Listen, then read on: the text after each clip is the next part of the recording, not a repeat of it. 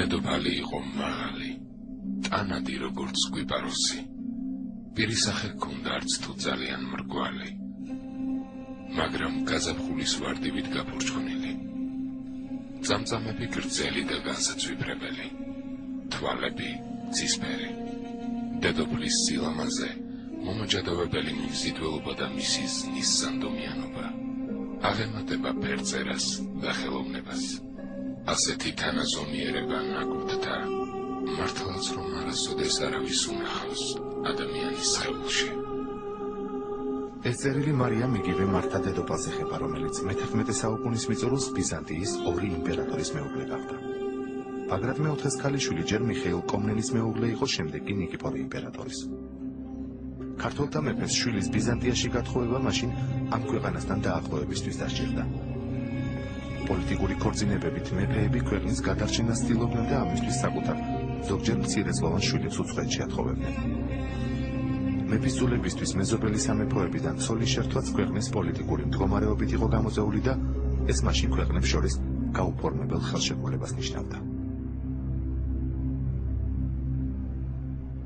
როდესაც ვახტანგ გორგასალი დაბრუნდა ოსეთის ლაშქრობიდან, ჩრდილოეთ კავკასიაში ლაშქრობიდან, დიდი ნადავლით, მან ნადავლის მნიშვნელოვანი ნაწილი მადლობის ნიშნად გაუგზავნა ირანის შაჰს. აი ამ დელეგაციის მეთაურს ვახტანგმა დაავალა, რომ ითხოვა ცოლად შაჰის არსული.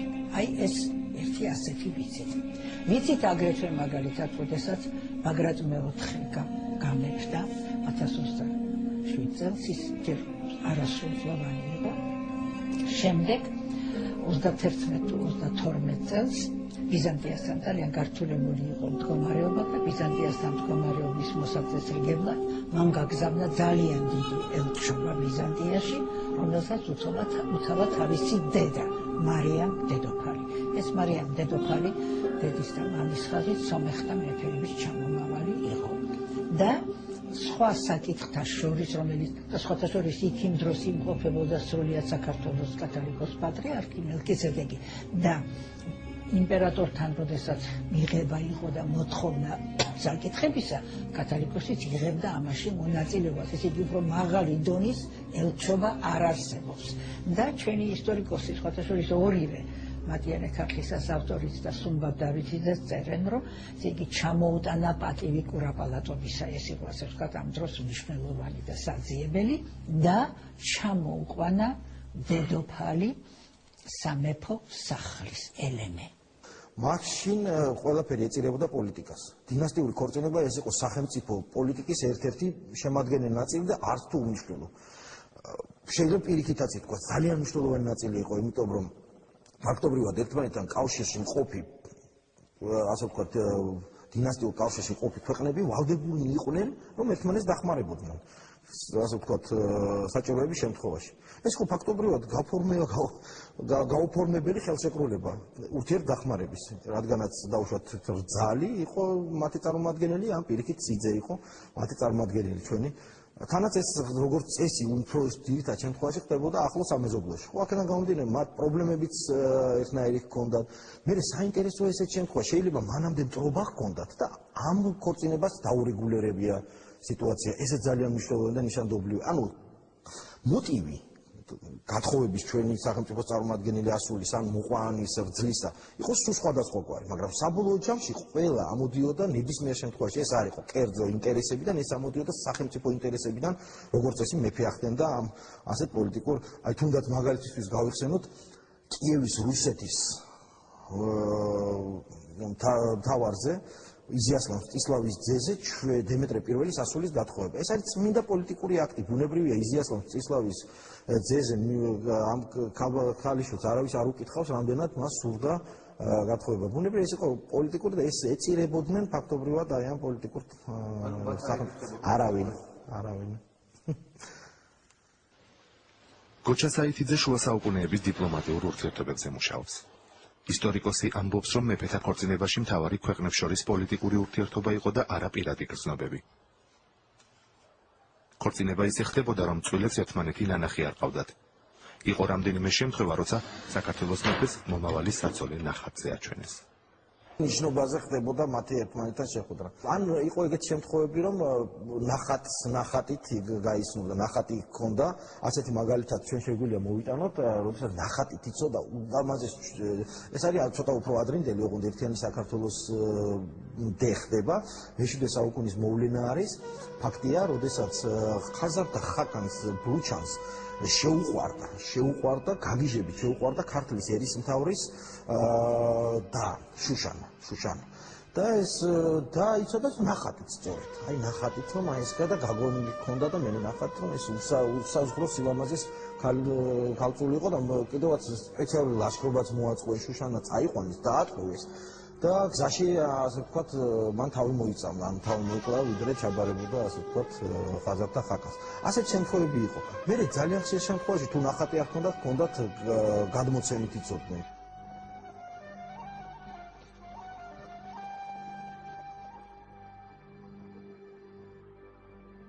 პოლიტიკური ქორწინება იყო რუსუდან მეფის შვილის თამარის ანუ გურჯი ხათუნის გათხოვება რომის სულტანზე.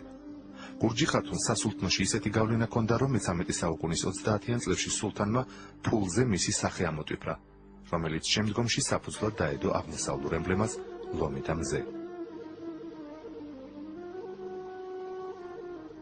პოლიტიკური ქორწინებებით და მეფეთა დამოყრებით ორი მოკიშფე ქვეყანა ზავდებოდა. ზოგჯერ ასეთი ქორწინება უმძიმესი შედეგით მთავრდებოდა. თამარ მეფემ დარბაზის გადაწყვეტილება არ მოიწონა, მაგრამ ის იძულებული გახდა ანდრია ბოგოლოვსკის შვილს გიორგი რუს გაჰყოლოდა. თამარი მაშინ ერის გადაწყვეტილებას დაემორჩილა, მეფე ქალის პირადი გრძნობები მაშინ არავინ გაითვალისწინა.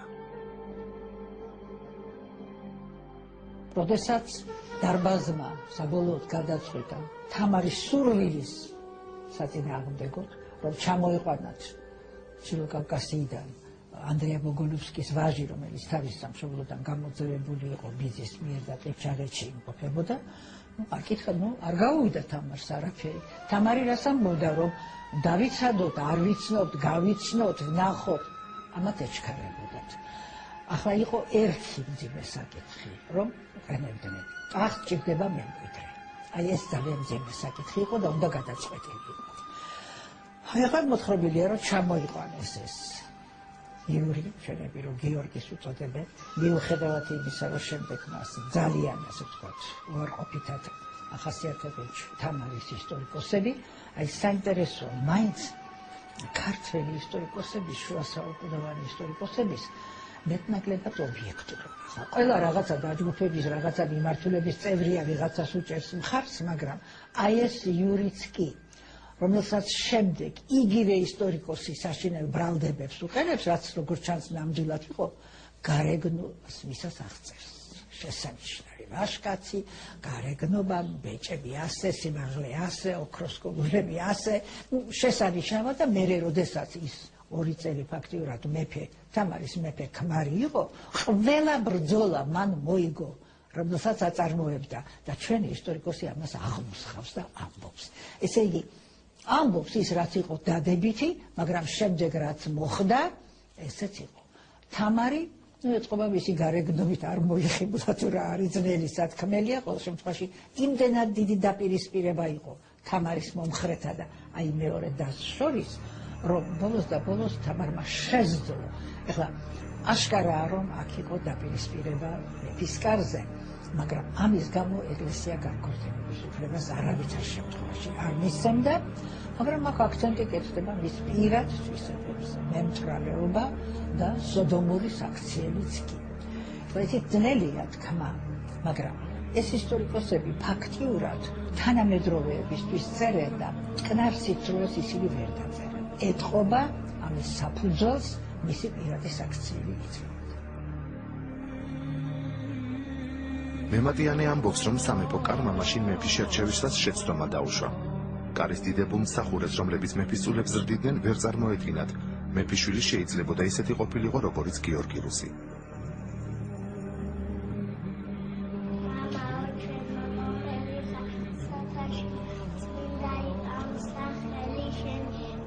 საქართველოს სამეფო კარზე მომავალი მმართველები განსაკუთრებულ პირობებში იზრდებოდნენ. ერთხელ დავით აღმაშენებელს სინანული თუ თქვავს, რომ მან ზედმიწევნით არ იცოდა ფილოსოფია და მეცნიერება. ყველა ქართველი მეფე აუცილებლად რამდენიმე უცხო ენას ფლობდა. ქართულ ხალხში მეფის იდეალი უპირველესად უკავშირდება მის აღზრდას. მეფის წული უნდა გაზრდილიყო უპირველეს ყოვლისა ღვთისა და ერის და თავისი ხალხის სიყვარულის უშუალო ნიშნით. მეორეც ერთი უნდა ყოფილიყო განსწავლული რიტორიკაში, ღვთისმეტყველებაში, საერო ლიტერატურაში, ფილოსოფიაში. უნდა ცნოდა თავისი ქვეყნის ისტორია იმისათვის, რომ გავკეთილები თავისი ქვეყნის ისტორიიდან ავიცა და კარგიც გაეთვალისწინებინა მის შემდგომ მუშაობაში. ამავე დროს მეზობელი ქვეყნების ისტორია და აუცილებელი იყო უცხო ენების ცოდნა. ყველა ჩვენმა უფლისწულმა რამდენიმე უცხო ენა იცოდა და ასევე ძალიან მთავარი იყო სამხედრო საქმეც. როგორც რაინდი, როგორც შვილდოსანი, როგორც მოასპარეზე მეფე პირველი უნდა ყოფილიყო ყველაფერში. მაგრამ როგორც ჩანს, ხშირად აი ეს მეორე მხარე მეფის წულის აღზრდაში იდგა პირველ ადგილზე და რატომ ამბობ ამას? დავით აღმაშენებელი თავის შეხვედრაზე სომეხ და ქართველ სამღვდელოებასთან აღნიშნავს, რომ მიუხედავად იმისა, რომ მას ჰქონდა არაჩვეულებრივი განსწავლულობა, ის თვლის, რომ მას მაინც მცირედაა განსწავლულობა ფილოსოფიასა და მეცნიერებაში, რადგანაც უფრო მეტად მხედრობაშია ესე იგი გაწვრთნილი. ასეთი წესი იყო ძველ საქართველოში, რომ ესე იგი მეფე თავის დიდებულის ოჯახში გაზრდიდა თავის შვილს. დიდებული იმაზე უფრო დამოკიდებული, ვთქვათ, ნაკლები თავადის ან აზნაურის ოჯახში გაზრდიდა, ნაკლები თავადი ან აზნაური გლეხის ოჯახში გაზრდიდან. ეს სავალდებულო არ იყო, მაგრამ ყოველ შემთხვევაში ეს ხდებოდა მამამზუზუება ერქვა. დედამზუზუება ერქვა და ეს მაშინ ახ დღეს შეიძლება თქვენს არაფერს არ ნიშნავს, მაგრამ იმ დროს ეს მამამზუზუს ოჯახი, ანუ ის დიდებული ითვლებოდა, რომ ის იყო ამის ასევე დედა, ნამდვილი მამა, ანუ გამზრდელი და ეს როგორც ერთი ოჯახი, იმისთვის მუდამ თავდადებულები იყვნენ ამ მეფისათვის, ის ოჯახი, მისი ნათესაობა. აი ეს სისტემა იყო. ეკლესიაშიც იზრდებოდა, თქვა ჭყონდიდებმა ვიცით რომ გაზარდა დავით აღმაშენებელი.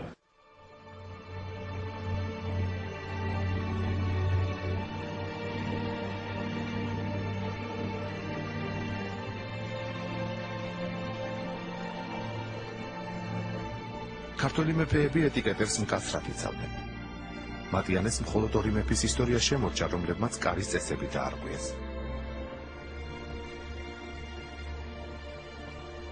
თამარ მეფის შვილმა გიორგი ლაშამ ცოლად ველისიხელი უგვარო ქალი ქმარს წაართვა და ცოლად შეირთო. მეფის ცოლი მოგვიანებით ქმარს დაუბრუნეს, მაგრამ გიორგი ლაშა ამ სიყვარულის ერთგული ბოლომდე დარჩა. მას სხვა მეუღლე არ ჰყოლია. გიორგი ლაშას სიყვარულის ისტორია მოგვიანებით საქართველოში ორ მეფიანობის ერთ-ერთი მიზეზი გახდა. ლაშას მოყავს ველისციხელი ქალი, რომელიც არის აბსოლუტურად უგვარო, გლეხის ქალია და რა თქმა უნდა ქმრიანი. მას მეუღლე ყავს კანონიერი მეუღლე და არტყმობს მეუღლეს მოყავს სახში და სურს რომ სასახლეში და სულ ცოლად მოიყვანო. არის მეორე ვერსია, ეს ცოტა გვიანდელია იოანე ბატონიშვილს ეკუთვნის კალმასობაში და დაცული რომ უკვე 18-19 საუკუნის მიზნაზე რომ ეს ქალი დიდგვაროვანი კი იყო, მაგრამ გაღარიბებული, კლდეკარის ერისთავების თავმავალი იყო. ანუ ამით ცდილობს მოგვიანო ტრადიცია რომ გაამართლოს მაინც კლდეკარის ერისთავია დიდგვაროვანი. არა აქვს მნიშვნელობა. თუნდაც კლდეკარის ერისთავის და ხო აქ მერე თან კლდეკარის ერისთავის იყო და თანაც გაუთხოვარი იყო და მხოლოდ ნიშნობა ჰქონდა ახალი გადახდილი. ანუ ამითაც ცდილობენ რომ ლაშა გაამართლა. არა აქვს მნიშვნელობა. მერერა რომ მეფე ადამიანი იყო, ეგ არაფერს არ ნიშნავს. როდესაც მეფე ხარ, შენი ადამიანური უნდა გადასდო და სახელმწიფოზე იფიქრო. აი ლაშა ამხრივ, ლაშა გიორგი თამარის ვაჟმა გარკვეულად ასე ვთქვათ, არ გადადგა სწორი ნაბიჯი არ მინდა უარესი ვთქვა. ну ეს ეწყობა ემოციური პიროვნება იყო, საერთოდ ძალიან ემოციურ პიროვნებად შანს ჩვენი დაუცხოური წყაროების მიხედვით. კახეთში ველისციხეში ნახა ერთი ძალიან ლამაზი ქალი, რომელსაც ქმარი ყავდა და მოიყვანა სასახლეში. ну ახლა წარმოგიდგენიათ რა ატყდებოდა მაგაზე? იყო მასთან საეკლესიო წარმომადგენლების მისვლა, მოთხოვნა, გაეშვა ეს ქალი, არ გაუშვა. შვილი შეეძინა მასთან. მაგრამ ბოლოს და ბოლოს მაინც დაავლეს ამ ქალს ხელი, წაიყვანეს და თავის ქმარს დაუბრუნეს და გიორგი ლაშამ ამის შემდეგ ცოლი აღარ შეირთო. ქართულმა ეკლესიამ ეს მისი უკანონო შვილი, რასაკვირველია, არ სცნო ტახტის მემკვიდრედ. მართალია დავითს მას შემდეგ მიიღო ტახტი, მაგრამ ეს უკვე მონღოლთა მფლობელობის დროინდელი ამბავია, სადაც დედა ვინ არის, არავის არ აინტერესებს და აქ სულ სხვა საკითხებად წყდება ეს საკითხები. ცოტ დაადაკე დიმიტრი. ტახტის გამაგრება გინდა. ეს ამბავი დიდობედურებაში მოგიბრუნდება. დემეტრე მეორე თავდადებულის პირად ცხოვრებაში ეკლესიამ მკაცრად ჩაერია. კათალიკოსი ნიკოლოზი თანამდებობიდან გადადგა, რადგან დემეტრეს საქციელი ვერ მოაშლებინა. სამი ცოლის პატრონი მეფე მეუღლეებთან გაყრაზე კატეგორიულ უარს ამბობდა. დემეტრე მეორეს ერთდროულად სამი მეუღლე ყავდა. ერთი იყო ტრაპიზონის კეისრის ასული, ერთი იყო მონღოლთა ხანის ასული და ერთი კიდე ქართველი იქალი. ეკლესია თხოვდა რომ ამ ხრი რაღაცა ასე ვთქვათ მოეწესრიგებინათ, მაგრამ ამ დროს უკვე გავრცელდა ჩვენში მონღოლთა წესების დანერგვის შემდეგ სადუმანკაბელდოსაც მაგალითად სამი ცოლი ყავდა. ახლა სხვებს რა ყავდათ ვერ გეტყვით, მაგრამ აი ცნობილი პიროვნება იყო და იმიტომ. და როდესაც არაფერი არ გამოუვიდა, საინტერესოა, კათალიკოსი ნიკოლოზი გადადგა კათალიკოსობიდან პროტესტის ნიშნად. ეს იმდენად უძინეს საკითხი იყო. მაგრამ შემდეგ სხვათა შორის აი საინტერესოა, ამ ნიკოლოზმა, ვისაც მისცა რეკომენდაცია კათალიკოსობაზე, აბრაამი ის დაადგინეს კათალიკოსად და შემდეგ, როდესაც დემეტრე ურდოში წავიდა, ეს აბრაამი გაყვა მასით სხვებთან ერთად.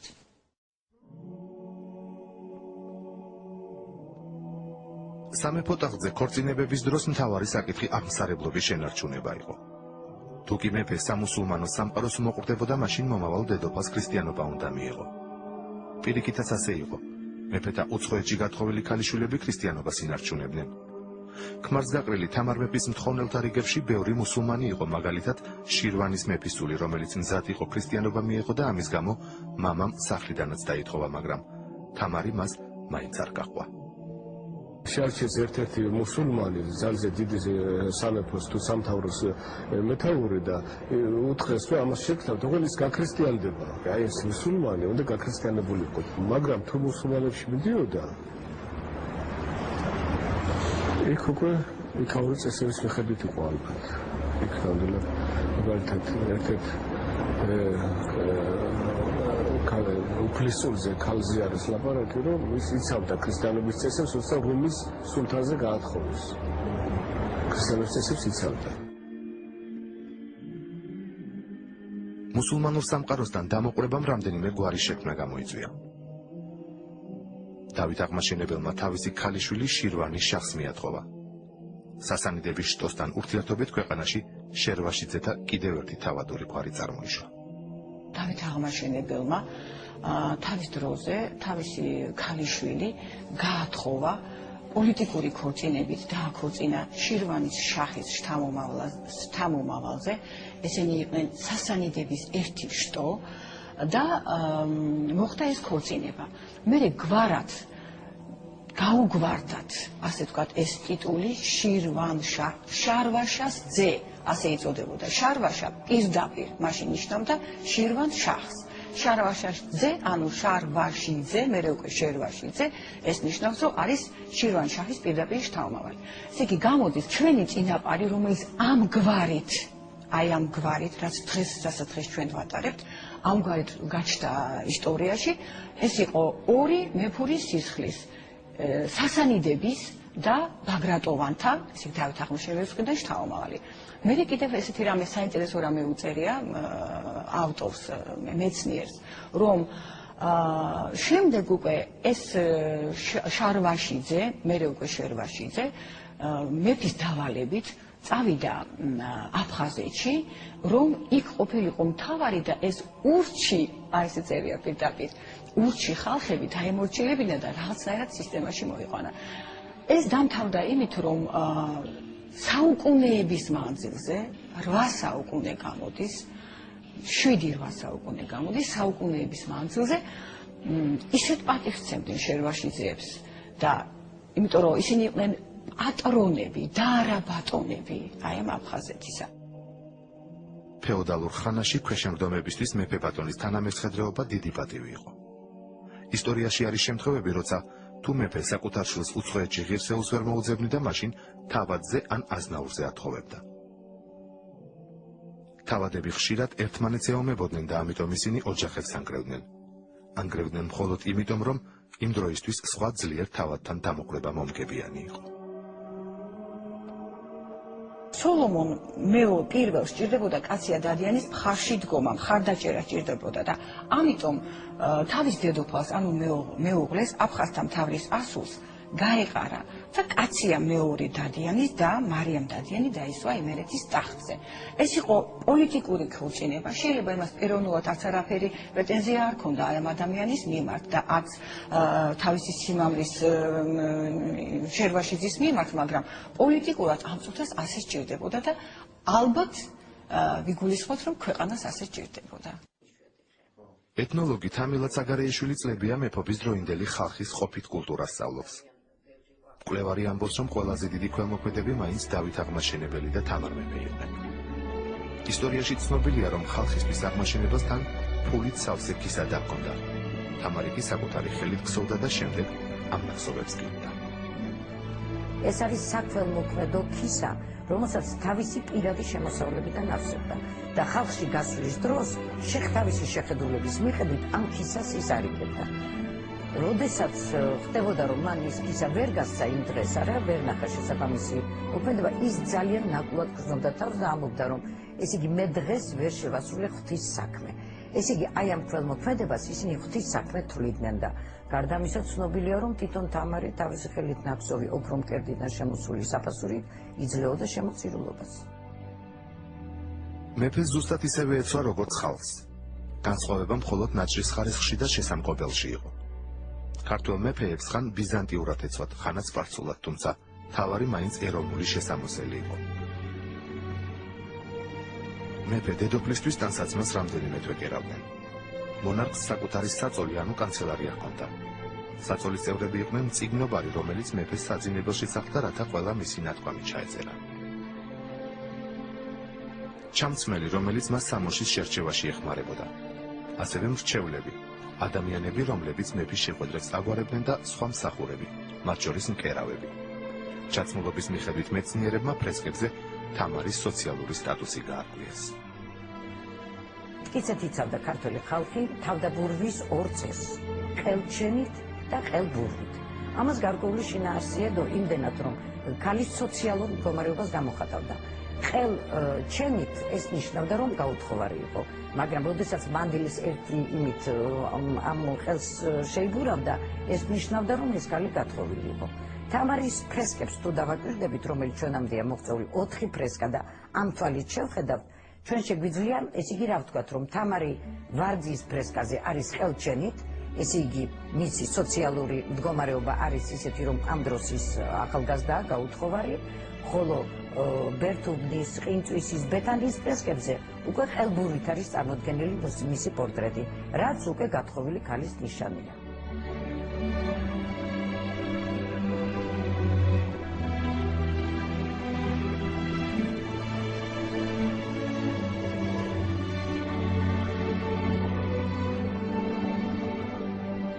(1783) წელს საქართველომ რუსეთთან გეორგიევსკის ტრაქტატი გააფორმა. დოკუმენტში ჩაწერილი სიტყვა მფარველობა რუსეთის იმპერატორმა სათავისოდ გამოიყენა. მოგვიანებით მეფის რუსეთმა საქართველოში ჯარები შემოიყვანა. თავადაზნაურობა სიონში შეკრიბა და საბოლოო გადაწყვეტილება გააცნო. მეფის ნაცვალმა მაშინ ქვეყანაში მეფობის ხანის დასასრული გამოაცხადა.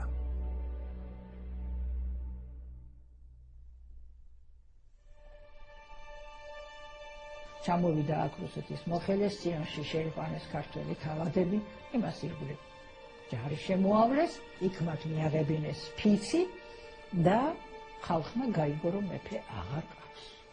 და საინტერესოა სხვათა შორის ის, რომ პირველად, როდესაც რუსის ჯარი შემოვიდა საქართველოში, ქართველი ხალხი პირდაპირ ზარზე იმით შეხვდა, იცით, იმიტომ რომ აღარ შეიძლებოდა უკვე აქედან ოსმალეთი, იქიდან ირანი, იქიდან ლეკები, ცხოვრება აღარ შეიძლებოდა და იმედი ჰქონდათ, რომ რუსი ჯარი ამისგან დაიცავდა. მაგრამ შემდეგ რა მოხდა? აი გამოაცხადეს, რომ გაუქმდა მეფობა. დავითი ტახტის მემკვიდრე მეფედ აღარ ცნეს. და როგორ თქვენ გონიათ ერთმანეთს შეეძლო დაიწყო აჯანყებები. ეს მოხდა 1801 წელს, 1802 წელს აჯანყება, 1804 წელს აჯანყება, 1808 წელს, 10 წელს, 12 წელს, მე ეს შემდეგ იმერეთში 19-20 წელი გაუთავებელი აჯანყებები. შემდეგ 32 წლის შეთქმულება უკვე ასე ვთქვათ იდეოლოგიურად ჩამოყალიბებული და ყველაფერი. და რაც მთავარია, ყოველთვის აჯანყებულებს მიმართავდნენ ერეკლეს რომელიმე მემკვიდრეს, რომ მას ეხემძღვანელა და ის გამხდარი, ახლა ეს უკვე სხვა საქმეა, რა ნიშნით, როდის ალექსანდრე უნდოდათ, როდის ოქროპირი ვის უნდოდა, მაგრამ ფაქტია, რომ მაინც ერთ-ერთი მთავარი საკითხი იყო მეფის ხელისუფლების აღდგენა. აი ეს გახდოთ ჩვენი წინაპარი, გიორგი მერვე, ერთიანი საქართველოს უკანასკნელი მეფე, რომელიც გადმოვიდა კახეთში და კახეთში უკვე იწოდებოდა გიორგი პირველად.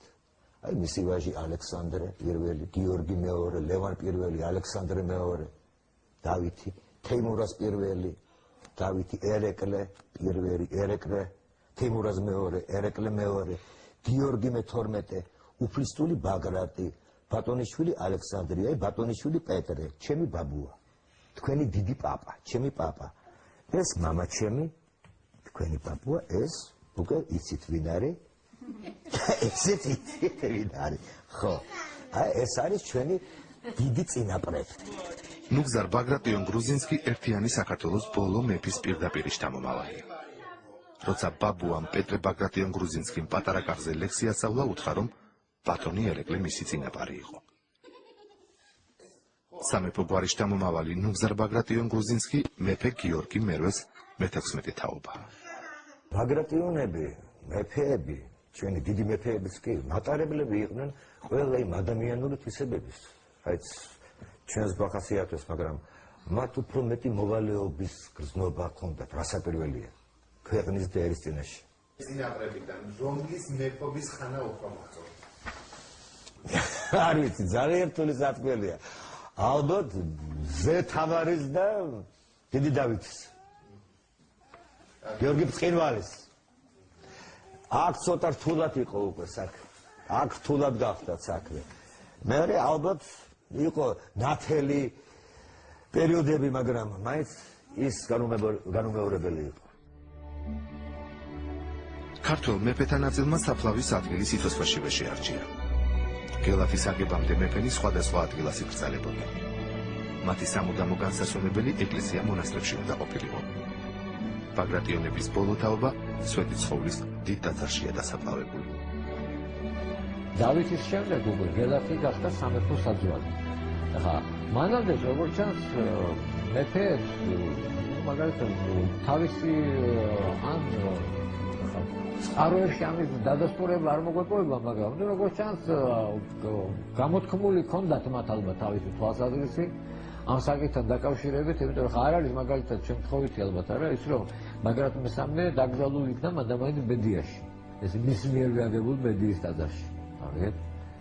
მაგრამ მეოთხე ჭყონდიჩი იქნა დაკრძალული და ну გელათი ხდება მე როგორც გითხარით სამეფო საძვალე. ერთიანი ქართული ფეოდალური მონარქიის არსებობის პირობებში მე-16-მე-15 საუკუნეში ძირითადად იქ იმართებოდნენ. ხა თამარიც იქ არის დაკრძალული. მართალია ხა ჩვენ არ ვიცით თუ ეს თამარის საფლავი იქ სად არის, მაგრამ თამარის ისტორიკოსები წერენ ამას, რომ თამარი გელათში იქნა დაკრძალული. ეკვდერს თამარის სახელი ქვია. ორი საუკუნეა რაც საქართველოში ბაგრატოვანთა 1000-ლოვანი მეფობა დასრულდა. მეფის ტახტი სულ 88 ბაგრატიონს ერგო. აქედან ორი ყველაზე დიდებული იყო და წმინდანიც გახდა. ერთმა გალობანი სინანულისანი დაწერა, მეორემ კი საკუთარი საფლავი სიცოცხლეშივე გადამა.